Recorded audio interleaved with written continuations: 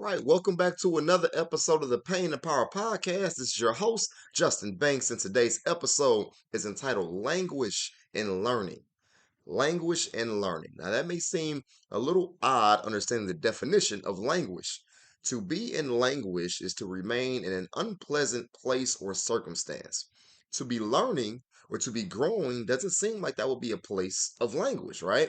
But I think back on being in college and I think about the many people who wanted to become doctors or engineers.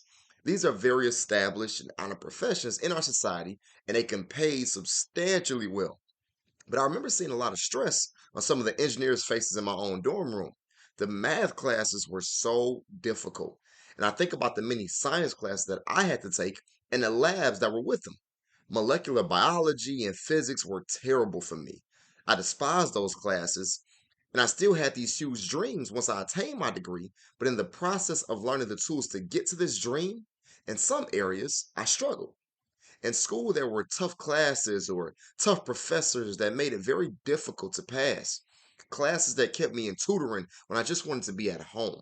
Classes that kept me in my professor's office hours. Classes that actually made me worried, that made me nervous that I might have to retake a class or possibly postpone my graduation. Those were some moments of great stress for a college student. So, in the process of learning my dream, I would sit in a bit of languish trying to understand it. Now, in our own lives, there are moments where we are supposed to be learning something that will lead to our good. Unfortunately, we may not even know that we are in a position of learning.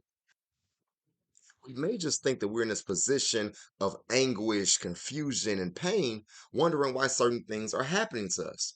I think mindset goes a long way here in determining how we view what's happening in our lives. Is your depression telling you that you're just a sad person? Or is it telling you that you must look in another direction to find your happiness? Am I forever just an anxious person or a person that panics or worries? Or am I being told to explore what's making me so nervous so I can build my confidence and become the new me? The process to overcome depression, the process to overcome anxiety is a tedious process.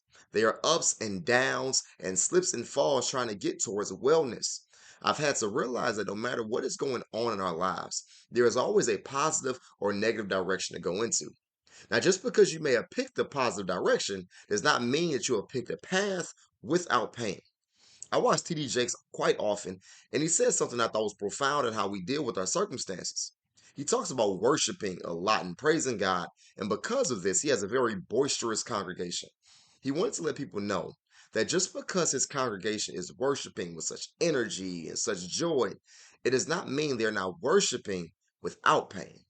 They are worshiping God despite the pain that they are going into, despite the cancer, despite the financial hardship, despite the bad relationships, they still praise. That praise is not just some loud noise. That praise is a belief system of hope and of faith, a belief system believing that despite the hardship, I'm going to make it. More importantly, because of the hardship, I'm going to come out stronger and will be able to help those around me. This leads to a confession that I personally have to make. Almost 3 years ago, when I was creating the Pain and Power podcast, there was this feeling deep inside that I didn't want to acknowledge. I was afraid of its truth, and I tried to run from its inevitability. I almost went with a different name for my podcast because of the fears that I knew I would have to eventually face. I started to learn and understand that pain is generally the match that sparks the flame of purpose. There are many people in the fitness industry because they were once obese or unhealthy and they changed their life around. There's so many motivational speakers that tell their own personal story to try to inspire and motivate others. They recycled their pain and turned it into their purpose. They would not have the careers that they have now unless they went through the trouble to learn the lessons needed to grow and develop themselves and also help other people. I created this podcast at a time that I felt like I was turning my pain into power. How could I tell you about how to combat anxiety if I didn't deal with it myself? How could I try to help you with grief if I never dealt with it myself? I had to have the panic attacks, low self esteem, social anxiety to know the many dimensions of mental health. But by working through this day by day, I had a story. I had truth that I could share that has helped others, including a lot of men who don't get to really talk about mental health. I'm really proud of that. But I would have never been able to do that had I not learned the lessons in that language to overcome. I went from running away from crowds, literally, to putting on a microphone daily and training groups of people in fitness. From social anxiety to public speaking every day is a blessing. I have to remind myself of that whenever I feel like I haven't done enough with my life.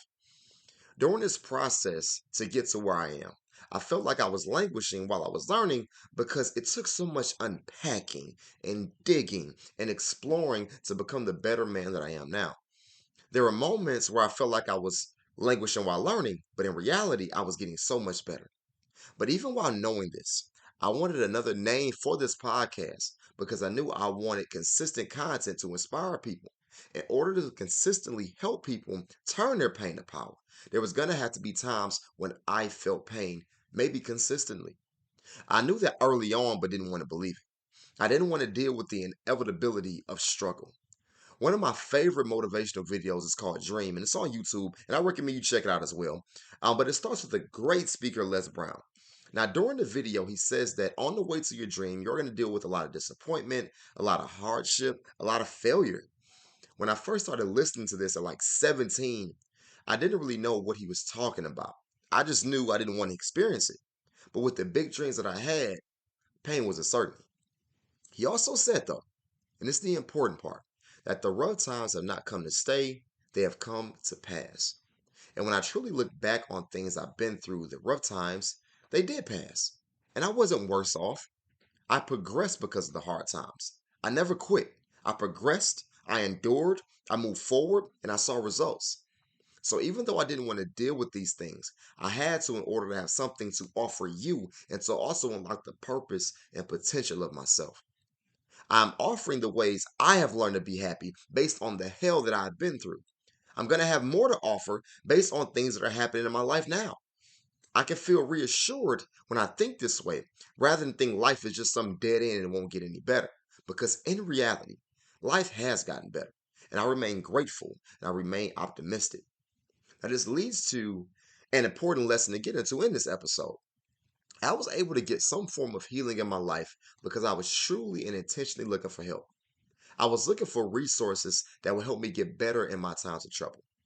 So even though it didn't feel great in the tough season, I looked for and found resources around me to help me get through the struggle. There's a great book that I have. I had it for years now, and it's called the Anxiety and Phobia Workbook. It was helpful to me to really understand what I was going through. It let me know that my symptoms were not just unique to me, but people all over this world have felt like I felt. More importantly, there were people that have felt like I felt, but also have done the work to make them feel better. That meant there was a solution for me. I had hope that I could feel better. By using this book and many other resources, I did get better.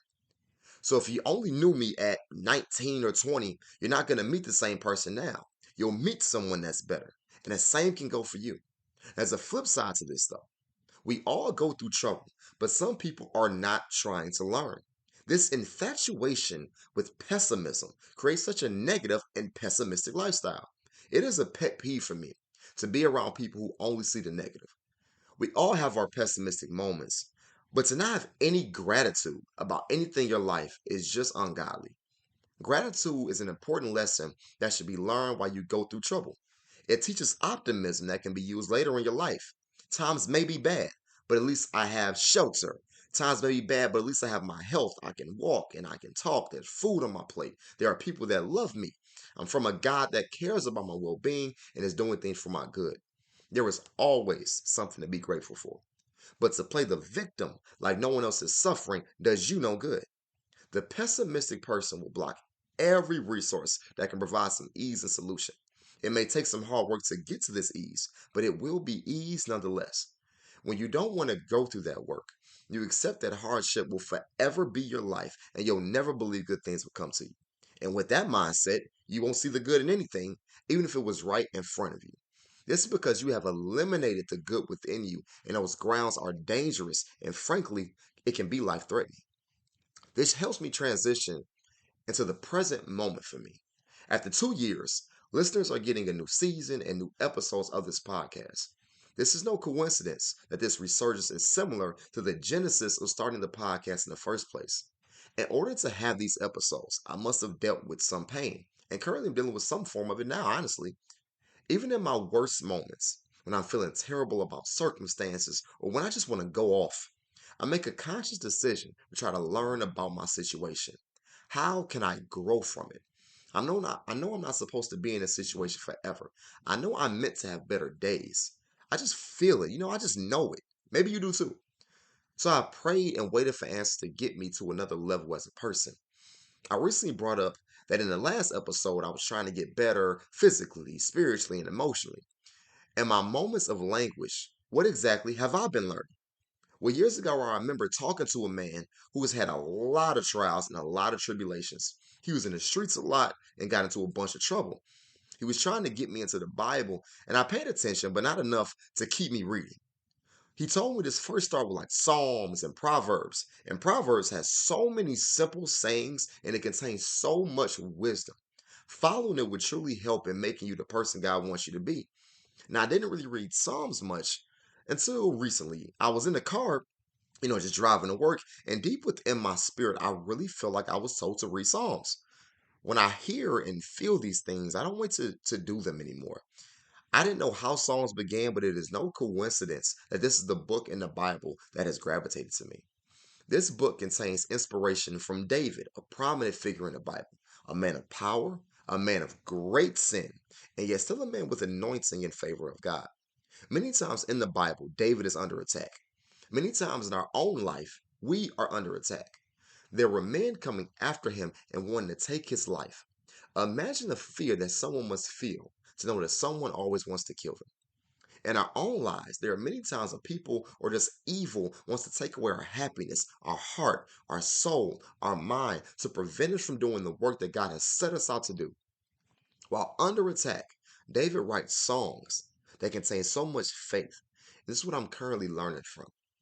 Although under attack, you hear David say many quotes, including, like, I lie down and sleep. I wake again because the Lord sustains me. He says, in your peace I lie down and sleep, for you alone, Lord, make me dwell in safety. He also says, but let all those who take refuge in you be glad. Let them ever sing for joy. Spread your protection over them, that those who love your name may rejoice in you. And finally, surely, Lord, you bless the righteous. You surround them with your favor as with a shield. There's a theme in these songs from David, and they've helped me a lot. That theme is protection. That theme is safety. Through all that David is going through, he believes that he and others that follow God will be protected. There may be trouble, but we shouldn't fear it as if we can't handle it with God at our side.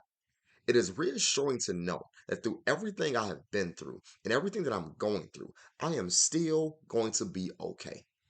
I'm going to make it through with favor. I'm going to make it through with God's love. I'm going to make it through with the lessons required to continue to be the man God wants me to be in this stage of life. Not who He wanted me to be at 16 or 20 or 23 or 26. We are meant to evolve. And before you, I am evolving as I speak. I'm evolving into a more positive, powerful, faithful man.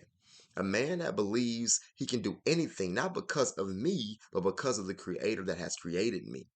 And through more understanding, I'm understanding my power a little bit more because I'm starting to understand him. I couldn't be more grateful because I actually feel the growth. I feel the confidence. I feel the power. This has helped me delve into other areas that bring me joy and makes me a better person. I recently spoke in the last episode about finding things that you enjoy. The things I am doing currently are perfect hobbies for me because they combat every opposition to my life that is physical, spiritual, mental. This podcast is a therapy for me. I get out my thoughts, my troubles, my testimonies, and I'm so grateful that it helps other people. Writing and doing poetry releases the thoughts that are in my head freely and it's without restriction. So when some bad thoughts enter my head, they don't stay as long now because I try to release them. And if you're an overthinker or an anxious person like me, what's so cool is that when writing or speaking, time starts to slow down for me. I never feel like I'm in a rush. rather than when I look at my phone and time just flies by and I basically just wasted time being unproductive. These last couple of weeks, I haven't even worked out as much because my body is just burned out. I use my body constantly and it just needs to rest. In the past, I would worry so much about not being in the gym because of the worry that I'm going to lose all my progress. Number one, I know myself and I know I'm not going to keep myself away from the gym forever. So I think rationally and know years of hard work will not go away in an instant. It may take a couple sessions to get back in the groove, but I would rather get back into the swing of things with energy and rest than always dragging myself to work out. And once I'm finished, I feel more drained than energized. That's when I know my body is tired. And I need you to listen to your body as well to know what it needs too. I usually have energy and I become productive once my workout is complete. Now I've been exhausted and don't have the energy to make episodes do other things that I enjoy. But I've begun yoga and I feel more energy doing that. My mind is energized at times, and that's the first time I've ever said that. My spirit doesn't feel as angry. My soul feels a little more at peace. So am I really taking steps back or am I moving forward? I believe I am in a transition to get what I've been praying for, and that is wellness. That is balance. Just like I say in my affirmations, I'm going to grow, I'm going to develop, I'm going to cultivate. I see it happening in front of me, and I'm getting more of a semblance of the life that I want. And that's going to require a new lifestyle. And I'm excited to see this new lifestyle cultivated in totality. Now, I want to conclude by discussing some real life situations for the many members at our gym. We recently did our level up games, a competition amongst members where they competed in several grueling workouts that tested their physical strength as well as conditioning. Nothing was easy, and these ladies pushed themselves to the limit and literally gave everything they had. It was inspiring, it was motivating, and in some ways it was tear jerking to see so many women fight and compete in ways that many of them have never done before. These were hardworking women, many wives and mothers challenged with demanding workouts that everyone is not capable of doing. What's so awesome is that it didn't start that way for them. It all started with the first day when their bodies had not been pushed in this way before in a long time, and there was soreness and fatigue. Muscles were being used that have not been used to that capacity before. But over time, through consistency, these ladies have been challenged, pushed to lift heavier weights, or rep for a longer period of time. Now, this isn't always being done with a smile on their face. There is grit, desire, and effort showing on their faces. There are sometimes groans and screams while they are pushed to the brink. There are moments when these ladies are languishing, but these are also moments when they are learning. They have learned it through time, effort, and consistency. They can reach many of their goals that once seemed impossible. They've grown more confidence and belief in themselves and have realized there is potential and new levels they can reach. And they explore and fight for it each day they're in that gym. It may start hard, but watch the growth as you endure and get more for yourself. Watch as you grow into a new person, a better person, a happier person, a peaceful person. Get educated in the ways that make you better. It may not be online, it may be in a book or at an event or some place that may make you uncomfortable in the beginning. It may be tough, so you have to be tough as you go through it. No matter how hard it is, no matter how often you think something is too much as you're trying to heal and grow, know that you are capable and you are protected by the Most High. As you go through your week and a bad moment arises, rather than just ask why me from a negative sense, ask why me in terms of what do you want me to get out of this so I can move forward and become more powerful and impactful in my life. There's no reason why you can't do it.